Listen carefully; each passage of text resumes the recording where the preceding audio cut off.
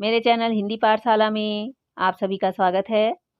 आज के वीडियो में हम कक्षा 8वीं के हिंदी पाठ्य पुस्तक के पाठ 11 हमारा छत्तीसगढ़ का प्रश्न अभ्यास करेंगे। पूरा प्रश्नोत्तर जानने के लिए आप वीडियो को पूरा देखना और जो मेरे चैनल में नए हैं वे मेरे चैनल को सब्सक्राइब भी कर देंगे। तो आइए दोस्तों, प्रश्न अभ्यास शुरू करते हैं।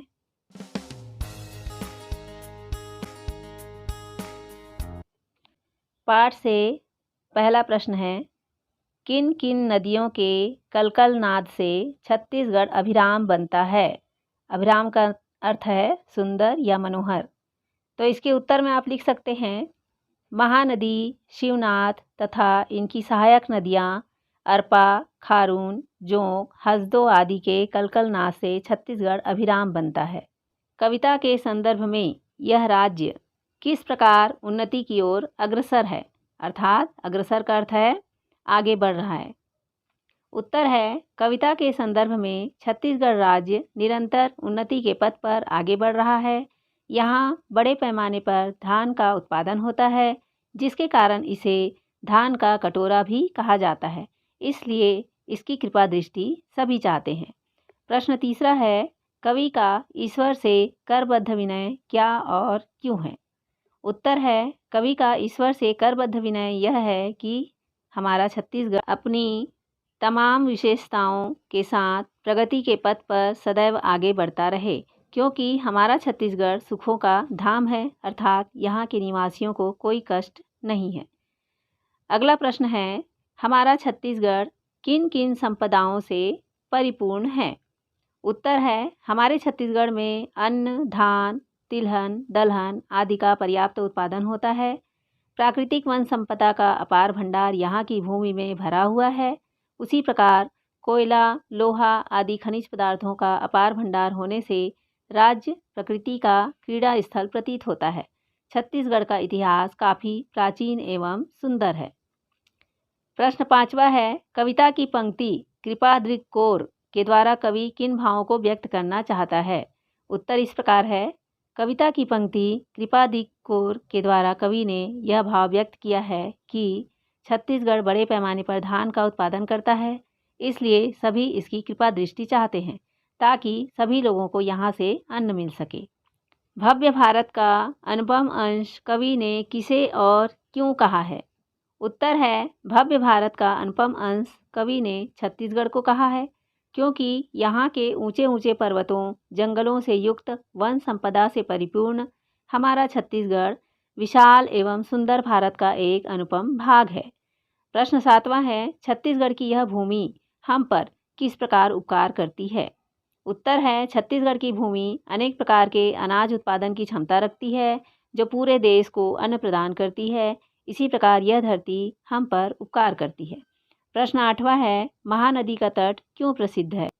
महानदी के तट पर राजिम, शिवरी नारायण, सिरपुर जैसे धार्मिक स्थल स्थित है, जो निरंतर धर्म की सुंदर कथाएं कहते रहते हैं, इसलिए महानदी का तट प्रसिद्ध है। प्रश्न 9 है, कवि ने ईश्वर से क्या प्रार्थना की है। उत्तर है, कवि ईश्वर से प्रार्थना करता है कि हमारा राज्य प्रगति के रास्ते पर लगातार चलता रहे, इसकी उन्नति दिनों दिन होती रहे, सभी इसके गुणों का निरंतर गान करें, किसी भी रूप में यह पिछड़ने ना पाए। प्रश्न 10 है, कवि ने छत्तीसगढ़ को प्रकृति का कमनीय क्रीड़ा स्थल क्यों कहा है। उत्तर इस प्रकार है, छत्तीसगढ़ की धरती पर प्रकृति के सभी रूपों की सुषमा विद्यमान है, इसलिए कवि ने छत्तीसगढ़ को प्रकृति का कमनीय क्रीड़ा स्थल कहा है। पाठ से आगे का प्रश्न है, प्रश्न पहला है, आप छत्तीसगढ़ के जिस भूभाग में निवास करते हैं उसके प्राकृतिक सौंदर्य को गद्य या पद्य में लिखिए। तो इसका उत्तर छात्र स्वयं लिखेंगे। छात्र जिस भूभाग में निवास करता है, जहाँ रहता है, उस जगह के सौंदर्य के बारे में गद्य के रूप में या फिर कविता के रूप में लिखेंगे। प्रश्न दूसरा है, राज्य के सभी पंथों के प्रमुख तीर्थ स्थल कौन कौन से हैं। उनमें से आपने और आपके साथियों ने कुछ को देखा भी होगा, उन पर अपने साथियों के साथ चर्चा कर उस स्थल की विशेषताओं को लिखिए। तो आप यहाँ पर प्रमुख तीर्थ स्थल के बारे में लिखेंगे। जैसे यहाँ लिखा हुआ है, राज्य के सभी पंथों के प्रमुख तीर्थ स्थल राजिम, गिरौदपुरी, चंपारण, दामाखेड़ा, नगपुरा, दुर्ग है। राजिम के बारे में आप लिख सकते हैं, राजिम महानदी के तट पर बसा है। यहाँ महानदी पैरी तथा सोंढूर नदी का संगम स्थल है। यहाँ का राजीव लोचन मंदिर, कुलेश्वर महादेव मंदिर प्रसिद्ध है। इसे छत्तीसगढ़ का प्रयाग भी कहा जाता है। यहाँ प्रतिवर्ष माघ पूर्णिमा से महाशिवरात्रि तक 15 दिनों का मेला लगता है। गिरौदपुरी के बारे में लिख सकते हैं, गिरौदपुरी बाबा गुरु घासीदास की जन्मस्थली एवं तपोभूमि है। यहाँ के घने जंगल के बीच में छाता पहाड़ नामक स्थान पर घोर तप उन्होंने किया था। औरा चौरा पेड़ के नीचे तप करते हुए उन्हें आत्मज्ञान की प्राप्ति हुई। यहाँ का अमृत कुंड, चरण कुंड, 5 कुंड, छाता पहाड़ तथा कुतुब मीनार से भी ऊंचा जैत खाम बहुत प्रमुख दर्शनीय स्थल है। यहाँ प्रतिवर्ष फाल्गुन शुक्ल पंचमी से सप्तमी तक 3 दिन का मेला लगता है। दामाखेड़ा के बारे में आप इस प्रकार लिख सकते हैं, कबीर पंथियों का तीर्थ स्थल है। इस पंथ के अनुयायियों के लिए छत्तीसगढ़ में यह सबसे बड़ा आस्था का केंद्र है। यहाँ प्रतिवर्ष माघ शुक्ल दशमी से माघ शुक्ल पूर्णिमा तक मेला लगता है। नगपुरा के बारे में आप बता सकते हैं, जैन अनुयायियों का यह प्रमुख तीर्थ स्थल है। संगमरमर के पत्थरों को नक्काशी करके यहाँ के मंदिर का निर्माण किया गया है, जो कि बहुत ही सुंदर एवं मनमोहक है। यहाँ देश विदेश के पर्यटक भी आते हैं। चंपारण है, वल्लभाचार्य का जन्मस्थली है। यहाँ का मंदिर बहुत पुराना है, छत्तीसगढ़ का प्रमुख पर्यटन स्थल है। यहाँ भी दूर दूर से लोग दर्शन करने के लिए आते हैं। प्रश्न तीसरा है, आपके निवास क्षेत्र के प्रसिद्ध साहित्यकारों और उनकी रचनाओं पर शिक्षक और साथियों से चर्चा कर उनकी प्रसिद्ध रचनाओं को अपनी समझ से 10 पंक्ति का आलेख तैयार कीजिए। तो यहाँ पर छत्तीसगढ़ के जो प्रमुख साहित्यकार हैं उनके बारे में आप रचना गूगल में सर्च कर सकते हैं और उसके बारे में आप 10 लाइन यहाँ पर लिख सकते हैं। अगला प्रश्न है, पावन भूमि, भव्य भारत, सुंदर साहित्य जैसे पदों का प्रयोग कविता में हुआ है। यहाँ भूमि, भारत साहित्य विशेष्य है और पावन, भव्य, सुंदर आदि शब्द विशेषण हैं।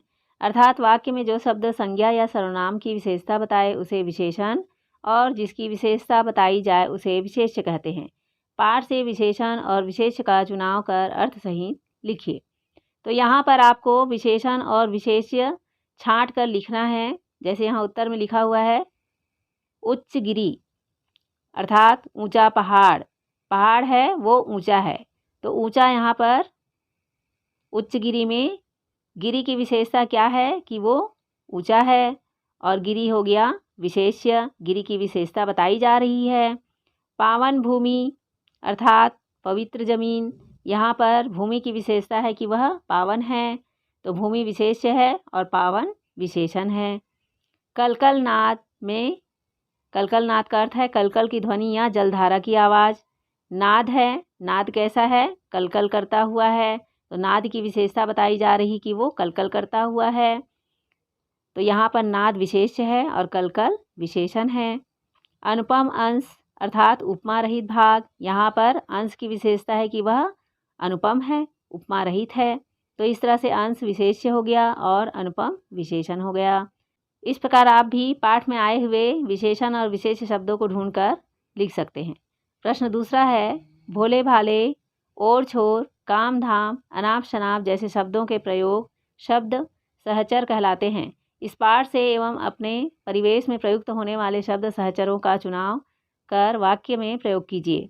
तो उत्तर आप इस प्रकार से लिख सकते हैं, जैसे यहाँ लिखा हुआ है, चाय पानी, ताक झांक, उठक बैठक, साज सज्जा। इन शब्दों का वाक्य प्रयोग इस प्रकार से कर सकते हैं, जैसे यहाँ किया है, चाय पानी का वाक्य प्रयोग है, मेहमानों के लिए चाय पानी की व्यवस्था करें। ताक झांक का वाक्य प्रयोग है, परीक्षार्थी परीक्षा कक्ष में ताक झांक कर रहे थे।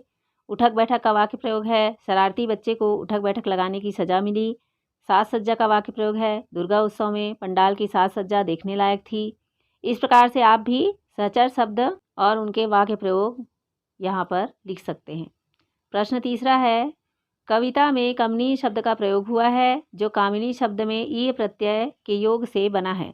ये शब्दांश जो शब्द के अंत में जुड़कर शब्द के अर्थ में परिवर्तन अथवा विशेषता उत्पन्न करे प्रत्यय कहलाते हैं। आप दिए गए शब्दों में ई प्रत्यय का प्रयोग कर लिखिए। पठन, दर्शन, भारत, गमन, श्रवण, वर्णन। यहाँ पर आपको शब्दों में प्रत्यय लगाना है। प्रत्यय उसे कहते हैं जो मूल शब्दों के पीछे जुड़कर नया शब्द बनाते हैं। तो यहाँ पर उत्तर में आप देख सकते हैं, पठन में ईय प्रत्यय लगाकर पठनीय बना है, दर्शन में ई प्रत्यय लगकर दर्शनीय बना, भारत में ईय प्रत्यय लगाकर भारतीय बनाया गया, गमन में ईय प्रत्यय लगकर गमनीय हुआ, श्रवण में ईय प्रत्यय लगकर श्रवणीय हुआ, वर्णन में ईय प्रत्यय लगकर वर्णनीय हुआ। इस प्रकार से आप प्रत्यय लगाकर लिख सकते हैं। इसके वाक्य प्रयोग इस प्रकार से लिख सकते हैं।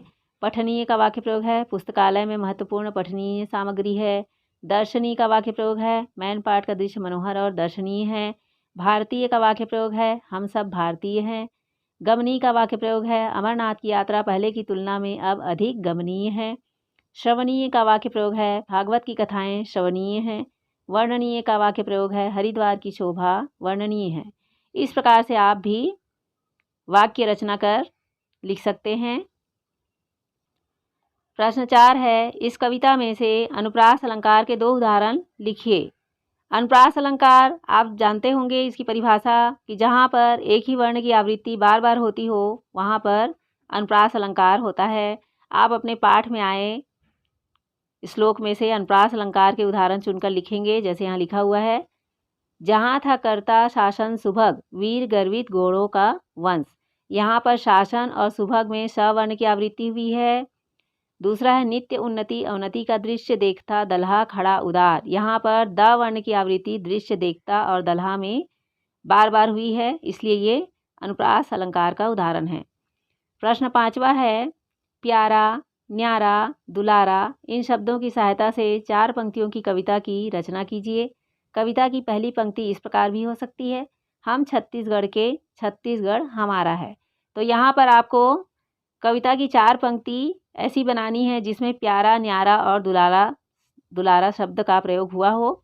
जैसे यहाँ पर बनाया गया है, छत्तीसगढ़ हमारा सबसे लगता प्यारा है। इसमें पहला लाइन ये आएगा, हम छत्तीसगढ़ के, छत्तीसगढ़ हमारा है। उसके बाद आप लिख सकते हैं, छत्तीसगढ़ हमारा सबसे लगता प्यारा है।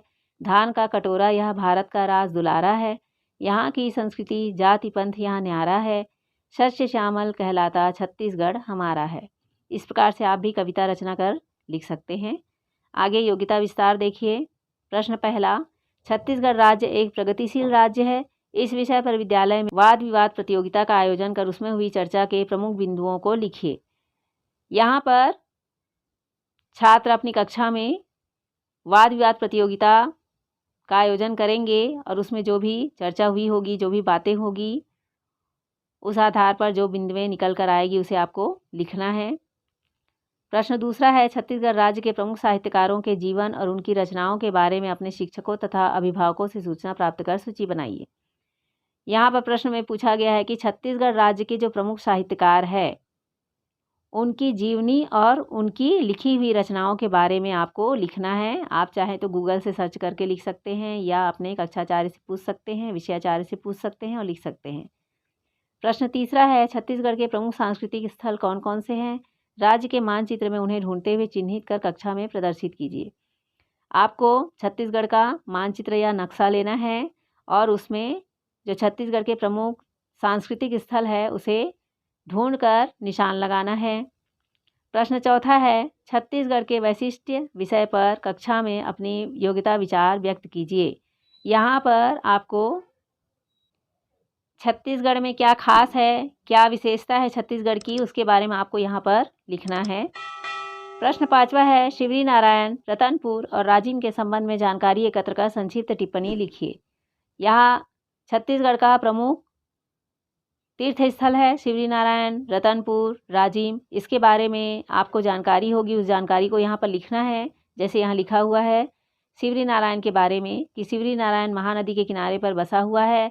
यहाँ सबरी नाम की भिलनी ने श्री राम लक्ष्मण जब वनवास के लिए वन मार्ग से जा रहे थे तो उसने अपनी कुटिया में विश्राम करने के लिए कहा, वह उन्हें जूठे मीठे बेर खिलाए, जिसके कारण इस जगह का नाम शिवरी नारायण पड़ा। यह छत्तीसगढ़ की राजधानी रायपुर से 145 किलोमीटर की दूरी पर स्थित है। रतनपुर के बारे में आप इस प्रकार से लिख सकते हैं, रतनपुर बिलासपुर से लगभग 20 किलोमीटर की दूरी पर स्थित है। यहाँ महामाया देवी का मंदिर है। यहाँ पहले छत्तीसगढ़ के राजाओं के किले थे। यहाँ के राजाओं द्वारा निर्मित महल, परकोटे के अवशेष अभी भी विद्यमान हैं। यह इस राज्य के 36 गढ़ों में एक गढ़ गिना जाता है। यह एक पर्यटन स्थल है। राजिम के बारे में हम लिख सकते हैं कि राजिम महानदी के किनारे रायपुर से 50 किलोमीटर की दूरी पर स्थित है। यहाँ कुलेश्वर महादेव व राजीव लोचन का मंदिर स्थित है। यहाँ पर 3 नदियों का, महानदी पैरी और सोंढूर नदी का संगम होता है। यहाँ पर प्रतिवर्ष माघ पूर्णिमा में 15 दिनों का प्रसिद्ध मेला लगता है। इसे छत्तीसगढ़ का प्रयाग कहा जाता है। यह छत्तीसगढ़ का मुख्य पर्यटन केंद्र है।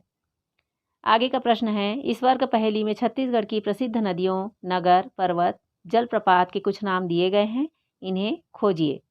तो यहाँ पर एक पहेली दी गई है, वर्ग पहेली। इसमें आपको ढूंढकर लिखना है नदियों का नाम, नगर का नाम, पर्वत का नाम, जलप्रपात का नाम इसमें छिपा हुआ है, उसे ढूंढकर आपको लिखना है। जैसे उत्तर में यहाँ बताया गया है, महानदी, शिवनाथ, चित्रकोट, राजिम, दुर्ग, भैरमगढ़, रतनपुर, दल्हा। इन स्थानों का नाम इस पहेली में छिपा हुआ है, इसे आप लिख सकते हैं।